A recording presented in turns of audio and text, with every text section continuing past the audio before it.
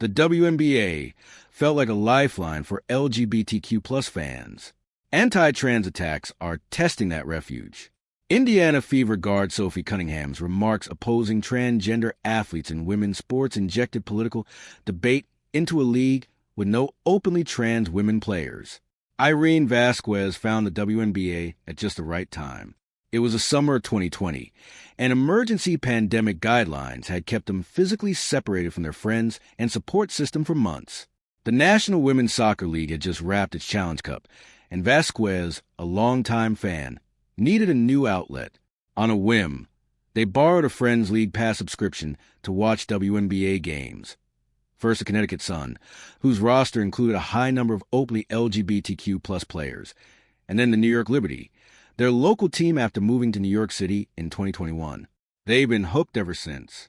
Vasquez, who is black and queer, saw himself reflected in both the WNBA and its fan base as they attended more games in person. It felt like a lifeline to queer community at a time when I felt really disconnected from it. They said, "It was really important to me that I would see intergenerational queer communities, like queer families and older lesbians, and it just felt so special to me in a way that I hadn't seen in other sports." They said that has made it all the more heartbreaking to watch the WNBA become the latest flashpoint in anti-trans activism after Indiana Fever guard Sophie Cunningham said during a recent ESPN interview that young girls in sports should be protected from transgender women, whom she called biological men, igniting a firestorm over their participation in the WNBA. "I can't even be disappointed with her, because she was just voicing beliefs that were not at all shocking to me," said Vasquez. The disappointing part was seeing the platform that she's been given to express these views. Conservative media personalities and politicians, including Vice President J.D. Vance, have praised Cunningham as courageous for taking a public stance on the issue, attracting national media attention. A photo that Riley Gaines, a vocal proponent of policies against trans athletes and girls in women's sports, posted with Cunningham on X has been viewed more than 2 million times. Cunningham's remarks have fueled demonstrations outside Fever games, both in support of and opposition to her stance. Inside, some spectators boo when Cunningham takes the court or touches the ball. In July, ahead of a matchup between the Fever and the Seattle Storm, Storm center Stephanie Dolson arrived at a game in a white tank top that read, "Trans rights are human rights," in the colors of the transgender pride flag. The Storm shared a photo of Dolson in the shirt on the team's official social media pages. As both teams took the court at Seattle's Climate Pledge Arena, Storm co-owner Celeste Keaton reportedly scolded 2 teenage fans who had brought signs thanking Cunningham for speaking up for girls. The WNBA suspended Keaton from attending the team's next 5 home games, and the Storm's majority owner issued a public apology. Less than a week later, Minnesota Lynx head coach Cheryl Reeve wore a blue, trans kids long t-shirt under her jacket during a game against the Fever in Minneapolis. Reeve told reporters she and Cunningham had spoken ahead of the game and described the exchange as positive. "We need to protect trans kids," she said. "To me, it's a human rights issue. Every kid has a right to sports." There are no out trans women currently competing in the WNBA, and a transgender woman has not played for the league in its entire 30-year history. Lacia Clarendon, who played for 12 seasons, including 3 with the Fever, is widely recognized as the WNBA's first trans and non-binary player.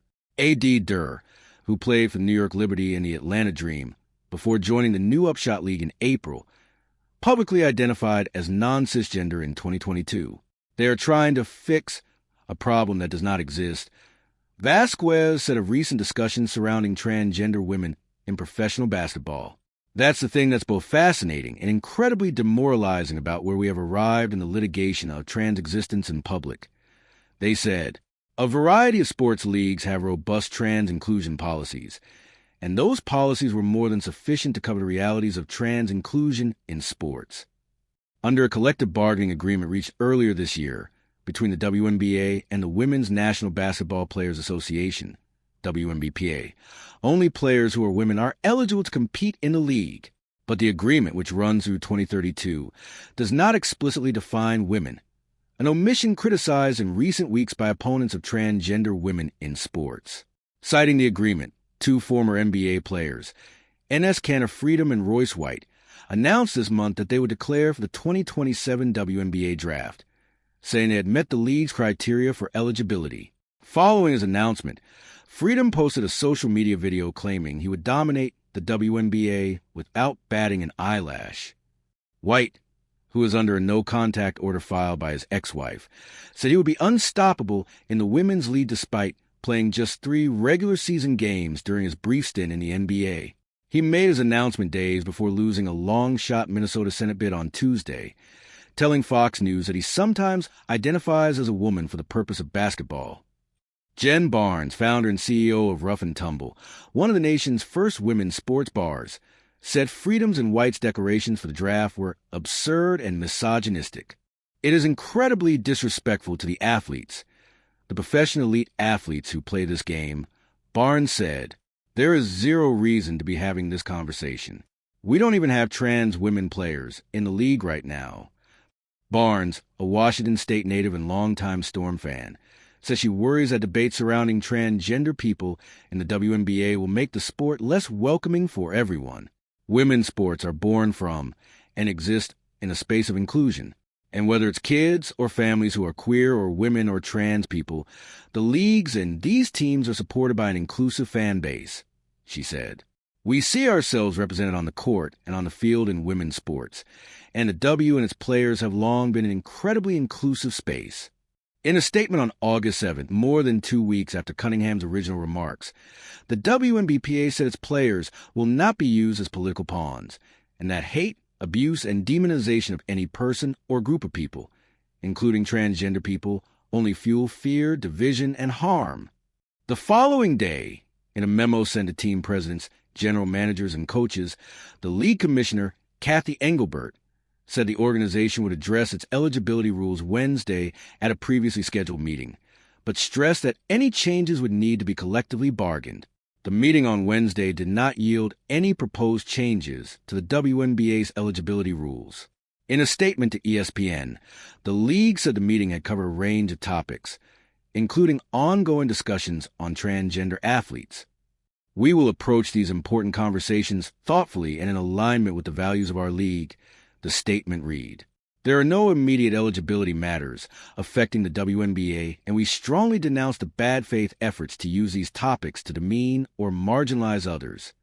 Katie Hultquist, a Storm fan of more than 25 years, said she appreciated that the Players Association statement emphasized its commitment to diversity and inclusion. This is a league that has fans of all different kinds of experiences and backgrounds and opinions, she said.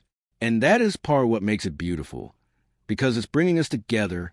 A very small number of people, probably not actually even fans of the league, are trying to use this opportunity and this issue to divide fans and divide players, she said. Hultquist, who works for an international LGBTQ plus nonprofit in the Seattle area, said she's been encouraged by statements from WNBA players like Gabby Williams of the Golden State Valkyries, who has said she would welcome a transgender player and has spoken out against policies restricting trans rights.